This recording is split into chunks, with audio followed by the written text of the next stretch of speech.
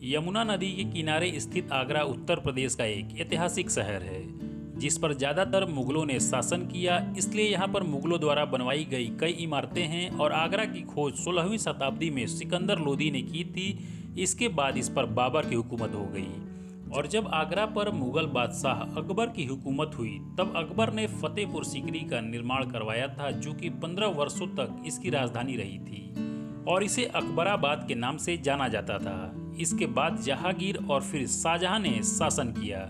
शाहजहां ने अपने शासनकाल में दुनिया की सबसे खूबसूरत इमारत ताजमहल बनवाया था और मुगलों के बाद आगरा पर मराठियों और फिर ब्रिटिशों ने शासन किया। दोस्तों, आगरा में घूमने का सबसे अच्छा समय अक्टूबर से लेकर के मार्च तक का होता है। आगरा के पास मौजूद ऐसी कई लोकप्रिय और खूबसूरत जगह है जहां पर आप अपने परिवार के साथ और दोस्तों के साथ जा सकते हैं, क्योंकि यहां पर सिर्फ ताजमहल ही नहीं बल्कि कई ऐसी घूमने की जगह हैं जो आपको काफ़ी पसंद आएंगी। तो चलिए जानते हैं आगरा में आप ताजमहल के अलावा और किन 5 जगहों पर घूम सकते हैं। और यदि आप में से कोई भी वीकेंड प्लानिंग कर रहा है तो यह वीडियो आपकी काफ़ी हेल्पफुल करेगी। तो 5वें नंबर पर है सूर सरोवर पक्षी अभ्यारण्य। यह आगरा का छोटा सा अभ्यारण्य उत्तर प्रदेश के पक्षी अभ्यारण्यों में से बहुत ही खास है। इसमें किथम झील का मीठा पानी भी आपको मिल जाएगा और सूर सरोवर का यह नाम मशहूर हिंदी कवि सूरदास के नाम पर रखा गया है। इनका जन्म भी इसी क्षेत्र के आसपास में हुआ था और इसे 1991 में अभ्यारण्य घोषित किया गया था। इस अभ्यारण्य के परिसर में आपको स्लोथ बियर भी देखने को मिल जाएंगे। अभ्यारण्य की झील में आप बोटिंग का भी मजा ले सकते हैं। चौथे नंबर पर है फतेहपुर सीकरी। तो सबसे पहले आपको यह बता दें कि सीकरी दुर्ग घूमने के लिए आपके पास कम से कम 1 दिन का पूरा समय होना चाहिए, तभी आप यहाँ के बने खूबसूरत महलों को अच्छी तरह से देख पाएंगे और उस समय के रहन सहन को आप जान पाएंगे। भारत के इतिहास में अमर फतेहपुर सीकरी आगरा के पास एक प्राचीन सभ्यता की नगरी है जो कभी संतलन काल में मुगल शासकों की राजधानी और अकबर के सपनों की नगरी हुआ करती थी। सीकरी दुर्ग के भीतर उस समय की बनी हुई इमारतों में इतिहास के कई अनकही बातों का भंडार छिपा है, जिसे जानने के लिए भारी संख्या में विदेशी पर्यटक भी यहाँ पर आते हैं। फतेहपुर सीकरी में घूमने वाली जगहों के नाम मैं आपको बता दूं जहाँ पर आप घूम सकते हैं। तो पहला है बुलंद दरवाज़ा, दूसरा है जोधाबाई का महल, तीसरा है अकबर का पार्लियामेंट, चौथा है पंचमहल, पांचवा है बीरबल महल, छठवां है दरगाह, जहाँ पर आप फतेहपुर सीकरी में घूम सकते हैं।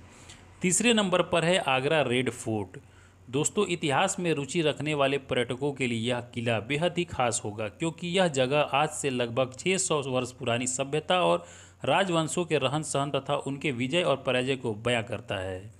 बहुत से लोगों को आगरा के रेड फोर्ट के बारे में नहीं पता, लेकिन आपको बता दूं कि दिल्ली की तरह ही यह मुगलों ने आगरा में लाल किला बनवाया था। आगरा लाल किले से ताजमहल तक लगभग 1.5 किलोमीटर की एक सुरंग बनवाई गई थी, जिसके भीतर से मुमताज बेगम की अंतिम यात्रा निकाली गई थी, लेकिन वर्तमान समय में यह सुरंग पूरी तरीके से बंद हो चुकी है। दूसरे नंबर पर है काला ताजमहल यानी मेहताब बाग। काला ताजमहल के किस्से और कहानियाँ आपने कभी न कभी जरूर सुनी होगी।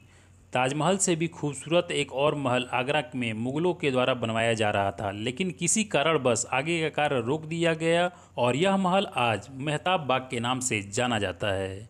यमुना नदी के एक छोर पर ताजमहल और दूसरे छोर पर मेहताब बाग, जहां से ताजमहल की खूबसूरत फोटोग्राफी करवाने के लिए लाखों में पर्यटक आते हैं। और पहले नंबर पर है आगरा का ताजमहल। भारत की शान ताजमहल और दुनिया के 7वें अजूबे में से एक, जिसे शाहजहां ने अपनी 13वीं बेगम मुमताज़ के दुनिया से चले जाने पर उनके याद में बनवाया था। आज भी ऐसा महल किसी कारीगर ने नहीं बना पाया, इसलिए आज विश्व भर में प्यार की निशानी के लिए आगरा का यह ताजमहल बहुत ही प्रसिद्ध है। आगरा आने वाले टूरिस्ट सबसे ज़्यादा ताजमहल को देखने के लिए आते हैं और यहीं से आगरा घूमने की शुरुआत करते हैं। ताजमहल के अंदर प्रवेश करने के लिए 3 दरवाजे हैं, जो कि एक पूरब में है, एक पश्चिम में है और एक दक्षिण दिशा की ओर है।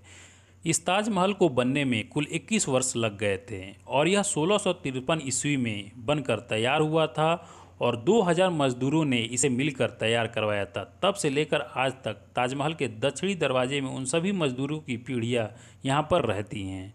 तो दोस्तों, कैसी लगी आपको यह वीडियो मुझे कमेंट बॉक्स में बताइएगा और अच्छी लगी हो तो वीडियो को लाइक करिएगा, चैनल को सब्सक्राइब कर लीजिएगा और ज़्यादा से ज़्यादा लोगों के बीच में शेयर करिएगा, क्योंकि हमारे इस चैनल पर इसी तरह की वीडियो आती रहती है।